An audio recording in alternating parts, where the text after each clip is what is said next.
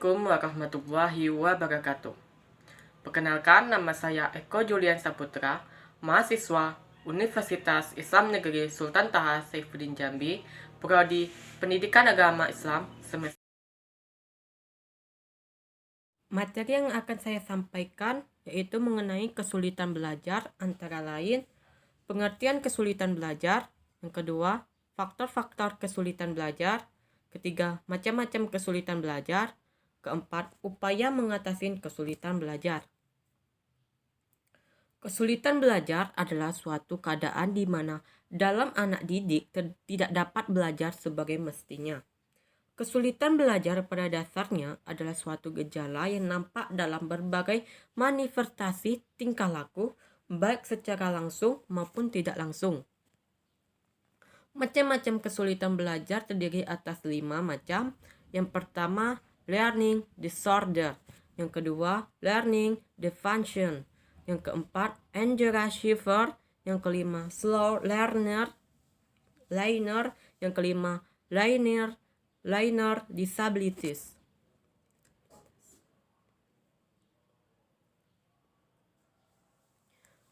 Yang pertama, learning disorder atau kekacauan belajar.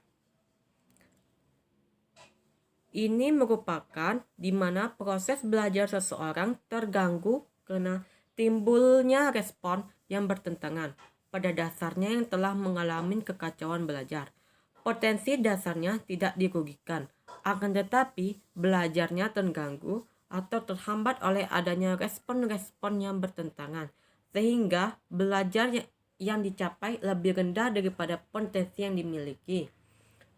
Contohnya seperti siswa yang sudah terbiasa dengan olahraga keras seperti karate, tinju, dan sejenisnya mungkin akan mengalami kesulitan dalam belajar menari yang menuntut gerakan lemah dan gemulai, yaitu learning dysfunction, merupakan gejala di mana proses belajar yang dilakukan siswa tidak berfungsi dengan baik, meskipun sebenarnya siswa tersebut tidak menunjukkan adanya subnormalitas gangguan psikologi lainnya. Contohnya, siswa yang memiliki postur tubuh yang tinggi, atlet, dan sangat cocok menjadi atlet bola voli. Namun karena tidak pernah dilatih bermain bola voli, maka dia tidak dapat menguasai permainan bola voli dengan baik. Yang ketiga, underachiever.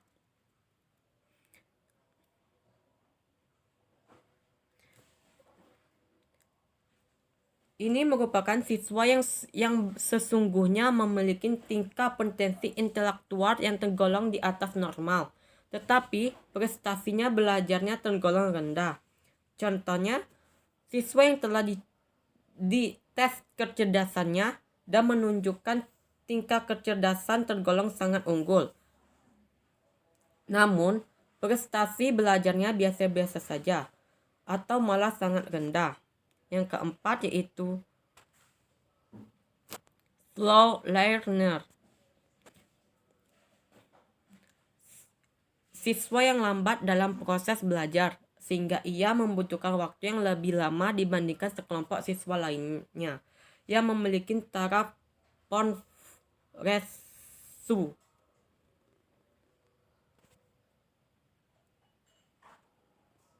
Yang kelima itu learning disabilities atau kegangguan ketidakmampuan belajar. Gejala di mana siswa tidak mampu belajar atau menghindari belajar sehingga hasil belajarnya di bawah potensi intelektualnya. Siswa yang mengalami kesulitan belajar seperti tergolong pengertian di atas, maka akan tampak dari berbagai gejala.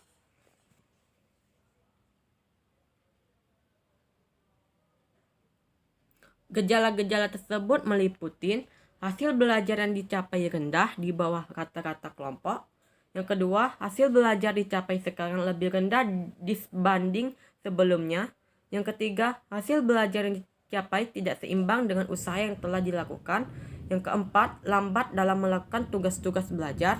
Yang kelima, menunjukkan sikap yang kurang waras, misalnya masa bodoh dengan proses belajar dan dalam pembelajaran, mendapat nilai kurang, tidak menyesal, dan lain sebagainya. Yang keenam, menunjukkan perilaku yang menyimpang dari normal, misalnya bolos, pulang sebelum waktunya, dan yang ketujuh yaitu menunjukkan gejala emosional yang kurang wajar, misalnya mudah tersinggung, suka menyindir, dan bertindak agresi.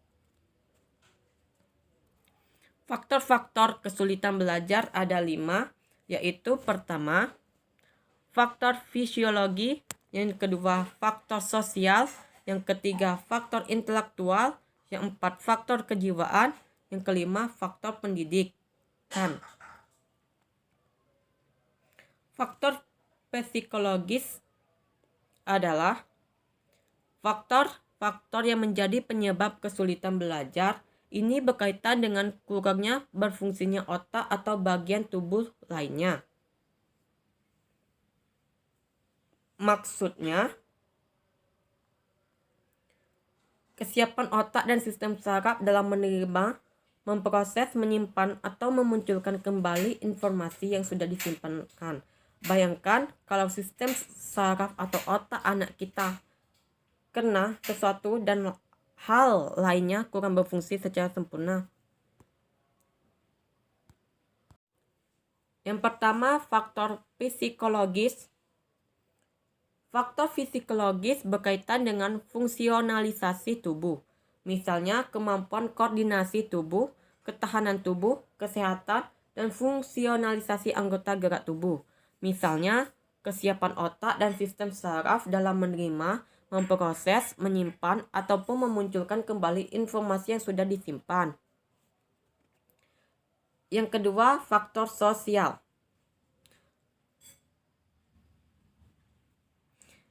Ini merupakan suatu kenyataan yang tidak dapat dibantah jika orang tua dan masyarakat sedikit banyak terpengaruh terhadap kegiatan belajar dan kecerdasan siswa. Yang ketiga, faktor kejiwaan. Faktor kejiwaan ini berkaitan dengan emosionalisasi siswa. Siswa yang kurang mampu untuk mengontrol kondisi emosionalnya sehingga terpengaruh terhadap kinerjanya.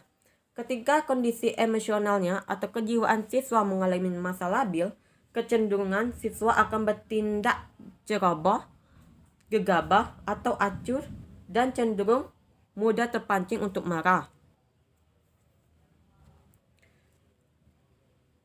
Yang keempat itu faktor intelektual. Faktor intelektual merupakan faktor kecerdasan siswa.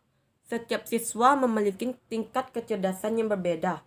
Kemampuan intelektual berkaitan dengan kemampuan siswa untuk menangkap memori, mengelola, menyimpan, hingga merekal materi untuk digunakan. Ada siswa yang memiliki kemampuan intelektual yang tinggi, dan ada juga siswa yang memiliki kemampuan intelektual yang rendah, dan ada yang sedang. Yang kelima itu faktor kependidikan. Faktor pendidikan ini meliputi metode mengajar, kurikulum, relasi guru dengan siswa, relasi siswa dengan siswa, disiplin sekolah, waktu sekolah, dan standar belajar.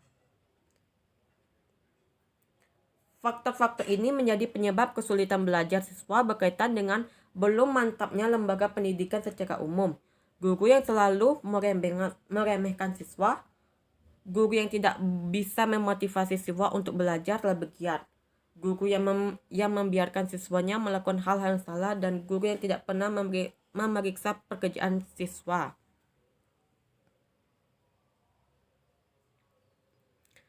Upaya mengatasi kesulitan belajar. Yang pertama adalah tentukan tempat duduk siswa. Anak yang mengalami kesulitan penglihatan dan pendengaran hendaknya mengambil posisi tempat duduk bagian depan, karena dengan cara ini mereka akan dapat melihat tulisan di papan tulis lebih jelas. Begitu pula dengan dalam mendengar semua informasi belajar yang diucapkan oleh guru. Yang kedua yaitu bantuan media atau alat peraga. Penggunaan alat peraga pembelajaran dan media pembelajaran kiranya cukup membantu siswa yang mengalami kesulitan menerima materi pembelajaran. Boleh jadi kesulitan belajar itu timbul karena materi pembelajaran bersifat abstrak sehingga sulit untuk dipahami oleh siswa. Yang ketiga yaitu gangguan kesehatan.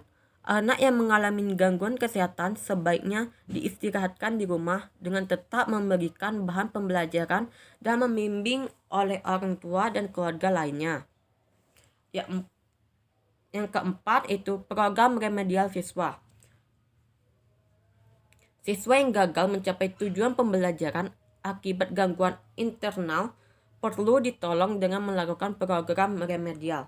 Teknik program remedial dapat dilakukan dengan berbagai cara, di antaranya adalah mengulang kembali bahan pembelajaran yang belum dikuasai, memberi tugas-tugas tertentu kepada siswa, dan lain sebagainya. Yang keempat yaitu suasana belajar yang menyenangkan. Selain itu yang tidak pentingnya adalah menciptakan suasana konduktif. Suasana belajar yang nyaman dan mengembirakan akan membantu siswa yang mengalami hambatan dalam menerima materi pembelajaran. Demikian video kali ini. Semoga bermanfaat. Wassalamualaikum warahmatullahi wabarakatuh.